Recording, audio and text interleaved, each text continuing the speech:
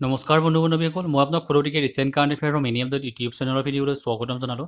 চ' বন্ধু বান্ধৱীসকল, oil India limited অসমৰ ফালৰ পৰা মুকলি হৈছে নতুনকৈ বহুকেইটা পোষ্ট।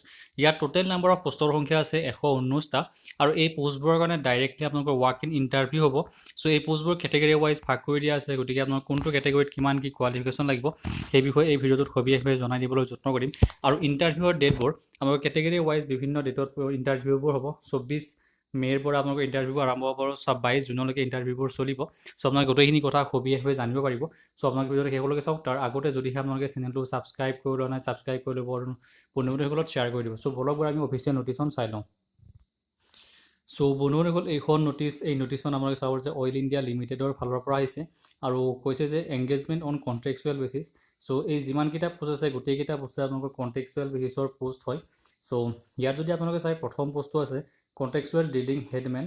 চ' ইয়াত ড্ৰিলিং হেডমেনৰ কাৰণে এটা পোষ্ট আহিছিলে। ইয়াত টোটেল নাম্বাৰ অফ পোষ্টৰ সংখ্যা আছে 4টা।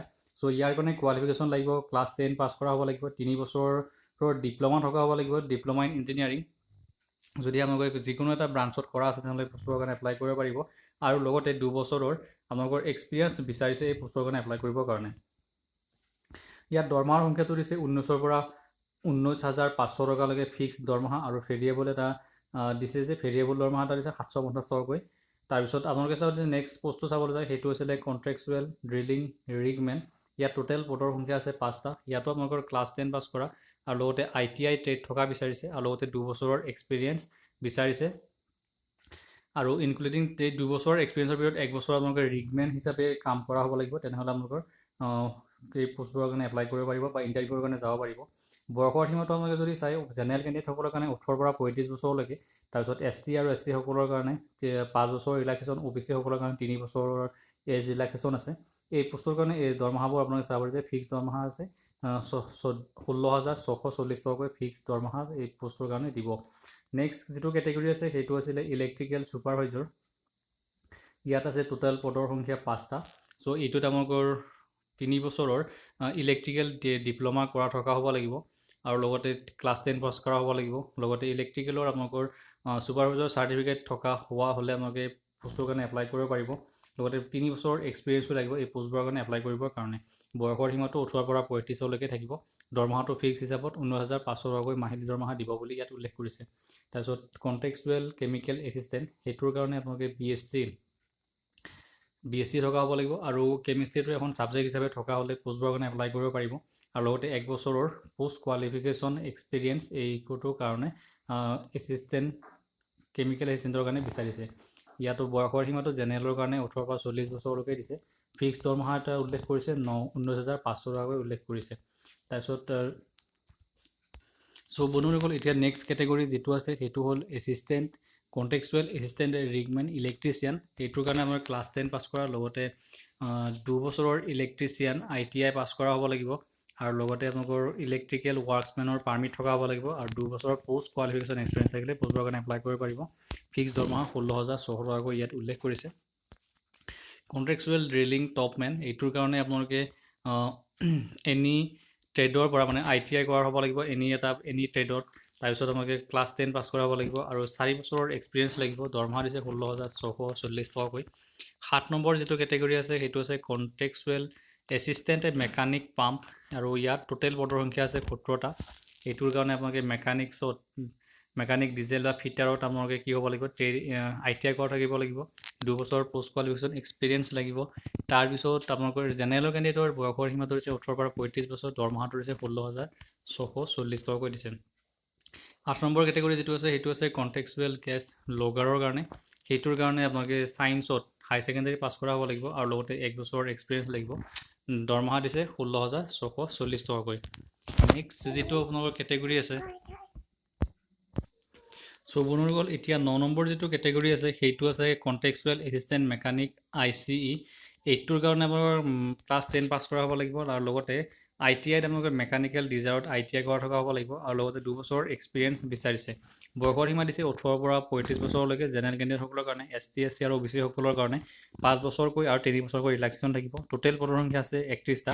ইয়াত ফিক্স দৰমহা 16,640 টকাকৈ ফিক্স দৰমহা উল্লেখ কৰিছে।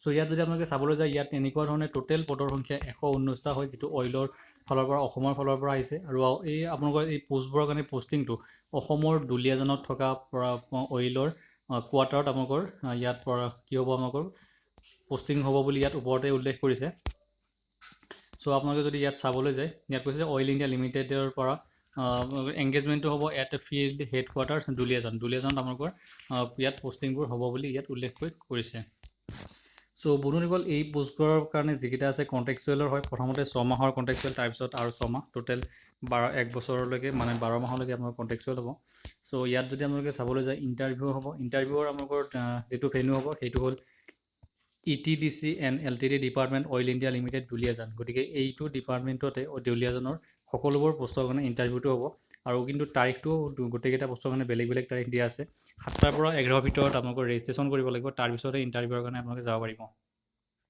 চ' ৰেজিষ্ট্ৰেশ্যন কৰাৰ স্থানটো আপোনালোকে এইটো এড্ৰেছতে গৈ কাৰণে ৰেজিষ্ট্ৰেশ্যনবোৰ কৰিব লাগিব চ' কণ্টেক্সুৱেল যদি ড্ৰিলিং হেডমেনৰ কাৰণে আপোনালোকে 24 তাৰিখে ইণ্টাৰভিউ হ'ব তাৰপিছত কণ্টেক্সুৱেল ড্ৰিলিং ৰিগমেনৰ কাৰণে 27 তাৰিখ ইলেক্ট্ৰিকেল ছুপাৰভাইজাৰৰ কাৰণে 31 তাৰিখ কেমিকেল এচিষ্টেণ্টৰ কাৰণে 3 তাৰিখ 3 জুনৰ পৰা আৰু ঠিক তেনেদৰে এচিষ্টেণ্ট ৰিগ টেকনিচিয়ানৰ কাৰণে 7/6 মানে 7 জুনৰ 7 তাৰিখত হ'ব তাৰপিছত ড্ৰিলিং টপমেনৰ কাৰণে 10 তাৰিখত জুনৰ 10 তাৰিখ এচিষ্টেণ্ট মেকানিক পাম্পৰ কাৰণে 14 তাৰিখ জুনৰ 14 তাৰিখ কণ্টেক্সুৱেল গেছ লগোৱাৰ কাৰণে 17 জুনত হ'ব তাৰপিছত কণ্টেক্সুৱেল এচিষ্টেণ্ট মেকানিক IECৰ কাৰণে আপোনালোকৰ 26 জুনত পৰীক্ষাটো ইণ্টাৰভিউটো হ'ব বুলি ইয়াত উল্লেখ কৰিছে চ' ইয়াত সম্পূৰ্ণকৈ উল্লেখ কৰিছে ইণ্টাৰভিউ হোৱাৰ আগতে আপোনালোকে ৰেজিষ্ট্ৰেশ্যন কৰিব লাগিব এইটো চাওক আপোনালোকে on the above scheduled date of registration the candidate will have to register themselves for the walk-in interview cum personal assessment at the venue compulsorily between 7টা আৰু 11টা তো 7টাৰ পৰা 11টাৰ ভিতৰত আপোনালোকৰ যি